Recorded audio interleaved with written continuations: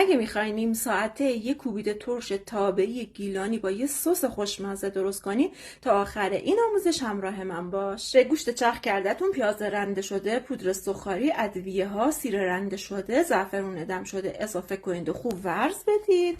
کف تابتون رو با کره چرب بکنید، گوشتتون رو داخل تابه پهن کنید و این شکلی به قسمت‌های مساوی تقسیم کنید. بذارید رو حرارت متوسط و بذارید هر دو طرفش سرخ بشه.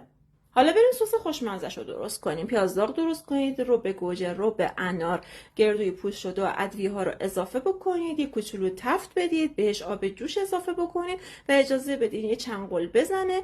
گوشتاتون هم که هر دو طرفش رو سرخ کرده بودید، این سس رو بهش اضافه کنید.